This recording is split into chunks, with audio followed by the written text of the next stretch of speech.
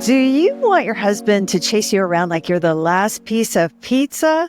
Because on today's show, I'm sharing 7 ways to make your husband want you every day and 2 mistakes that will repel him like you're the tax auditor, how to avoid those. I still remember that when my husband didn't want me at all, like didn't want to talk to me, didn't want to take car trips with me, didn't even want physical intimacy with me. I remember how embarrassing and how disappointing, how devastating it was to feel that way, to feel so rejected by the man I married. But now that I know what I was doing to cause that and what I can do to change it and how I changed it, I just want every woman to know these secrets so that nobody else has to suffer the way that I did. And here you are listening. And I just want to say, one of the things I love about you is how you make your relationship a priority. You think it's important to have a great relationship. And I think the world needs more women like you. I just want to thank you for all the positive comments and the reviews that I've been getting from you lately. I just feel so grateful because I wouldn't get to do this if it wasn't for you. So I'm so glad we found each other. Thanks for being here. Let's jump into the 7 ways to make your husband want you every day. Well, I'll tell you, one of the number 1 ways to make your husband want you every day is to ask to borrow his brain. He wants to be your hero. Men are hardwired to want to be our heroes. And when you give him that opportunity, you're never going to be more attractive than when he feels like he solved your problem or delighted you or lightened your load. I'll give you an example. The other day, I had a little problem I was chewing on. I couldn't figure out. I wanted to come up with a better name for my relationship coach trainees. So I asked John, I'm like, can you think of something better to call them than trainees? And he goes, how about coachettes?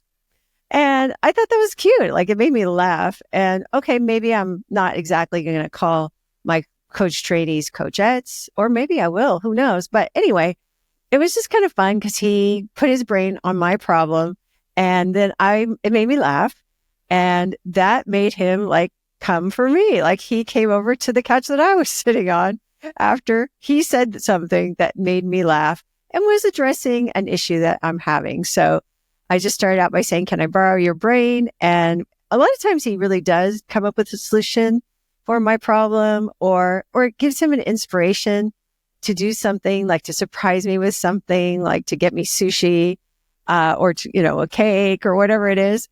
And that makes him want me more. I know it sounds crazy. It sounds like opposite world a little bit, but this is my experience of what's worked to make my husband really want me. Another way to make your husband want you every day is by being vulnerable. And one of the greatest ways I know to do that is to use this 2-word cheat phrase. And it is, I can't. I can't. If you're anything like I was, you think that your wife value is tied to how much you do. It's how much you accomplish. It's how much you keep the house organized and keep on top of the laundry and drive everybody around and save money for the family and get everything that everyone needs. But it turns out it's actually just the opposite. I know for me, when I am overwhelmed and I say I can't, my husband also takes that as an opportunity to be my hero, and he springs into action. And it's kind of funny. I actually was talking to a coachette this morning who was telling a story about how her husband, when they woke up in the morning, he said, hey, do you want to all go swimming? Let's go swimming with our boys. And she was so tired that morning. She didn't want to reject his offer, but she also didn't want to agree to it because she just didn't have the energy. So instead she said, I am just so tired. I just can't get out of bed right now. And he was like, no problem. I'll take the boys and you just stay in bed and relax. So she did. So then by later that day, when he wanted to go swimming, she had the energy for it. So they all went swimming and they had a great time, and he just couldn't get enough of her. So it made him want her more, that he took the kids for ages while she just relaxed in bed. Well, the third way to make your husband want you every day is to learn this cheat phrase where you give him the floor. You just become the best conversationalist because you are the best listener in the world. when you say these 3 words. You ready? Write this down. The words are, I hear you. I hear you. So as an experiment, what you might want to do is consider giving him the floor sometime today for 1 whole hour where you say only the words, I hear you, or or nothing else. So you wouldn't be agreeing with him. You wouldn't be disagreeing with him. You would just be listening. You would just bear witness to what your man has to say. You might be surprised with how much he has to say. But one thing is for sure, he will never find you more attractive or want you more than when you're being a great listener and just respecting him in that way. Another great way to make your husband want you every single day is to use this cheat phrase that lets him know that you trust him, you respect his thinking, you know he's got your back, and he's going to make a great decision. And that cheat phrase is whatever you think. Now, another coachette told me this story this morning about how she and her husband had long Cold Wars at their house. So no talking for days, just wall-to-wall hostility. And then they also had some big fights. And she described sitting on her bed, crying because they were fighting because he wanted to borrow money and she wasn't going to let him because she didn't want the family to go into debt. So then she got her hands on the 6 intimacy skills and she decided to do an experiment where he came to her and he said he wanted to buy some real estate. So this time she took a totally different approach, a really courageous approach. And she said to her husband, whatever you think, I really trust you to make great financial decisions for our family. So she just said, whatever you think. That's the main cheat phrase. And then she added this piece about trusting him with the real estate. Well, do you know her husband grew a couple of inches right before her eyes when she said that. And then he came at her to grab her in his arms. And then he went away and he really thought hard and long about this decision to get this real estate, which was being auctioned. And then he decided not to do it. He decided not to do it. But it made a big impression on him that his wife trusted him and respected him enough to let him make that decision on his own. And by the way, if you're new to the 6 intimacy skills, if you're not familiar with them, if you haven't read the book, The Empowered Wife, or listened to it yet, then you're going to want to get your hands on the Adored Wife Roadmap, which you can get for free right now at lauradoyle.org/roadmap. So go get your copy of that. The number 5 way to make your husband want you every day is really counterintuitive, but it's just about knowing exactly what you want and being willing to honor that, even if it makes you feel a little squishy inside. So going back to the idea that he just wants to be your hero, he needs to know how to do that. And the more he knows what you want, then the more he's got a good address, a solid address in the GPS, so he can have that as his North Star to navigate by so he can delight you. So I'll give you an example of this. One of the coaches, no longer a coachette, she's actually a full coach now, a certified Laura Doyle relationship coach, tells a story about how she found herself actually complaining about her kitchen counters. And she realized that every complaint is actually just a lazy desire. So it just meant she wasn't really clear on what her desire was. So when she heard herself complaining, felt kind of icky. So she asked herself what she desired, and she realized that she desired new kitchen counters. And that felt a little vulnerable to say also because she knew there wasn't really money for her to get new kitchen counters. But she decided to honor her desire anyway. And she said, I would love new kitchen counters, because she was using the formula to express your desires in a way that inspires. She said, I would love new kitchen counters. And her husband was like, there's no money for that. And she was like, I know, I was just dreaming. So see how detached she was from that? She wasn't trying to make a demand or, remind him or nag him or prod him or control it in any way. She just had a delightful desire, which is actually very contagious and enrolling. So she was very surprised that shortly thereafter, it was like her brother, her cousin, or somebody came over to the house and started measuring those countertops. And she's like, oh my gosh, I think I'm getting new countertops. Well, she was wrong about that. Actually, she was getting a whole new kitchen. All of a sudden, the money showed up. Which leads me right to number 6, best way to make your husband want you every single day, which is to express your gratitude and appreciation for him. So, well, in the bad old days of my marriage, I had a terrible time with this. And I was really stingy with my gratitude. And the reason is because I thought that if I thanked him for putting his plate in the sink even, he would feel like it was optional and he would stop doing it.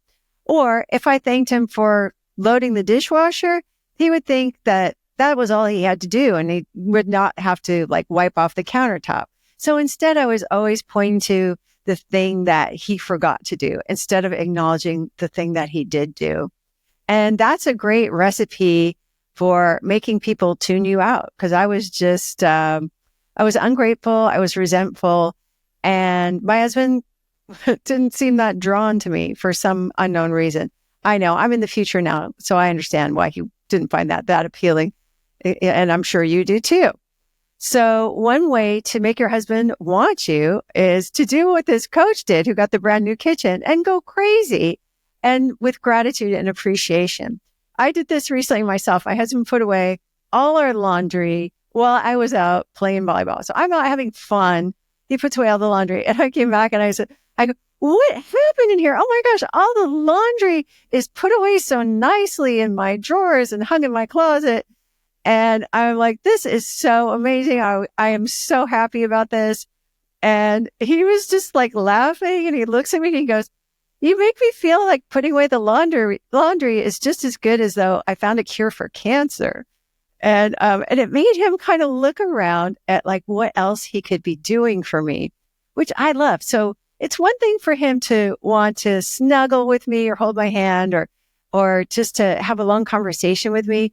But I also love that he wants to find new and better ways to make me happy. And gratitude is a magical way for inspiring him along those lines. So before I tell you the last juicy way to make your husband want you every single day, I want to tell you the 2 mistakes that I was making and you might be making too that will repel your husband. Like I remember in the bad old days, like he was so anxious to get away with me. I felt like he could use the car to break the sound barrier. That's how fast he was trying to get away.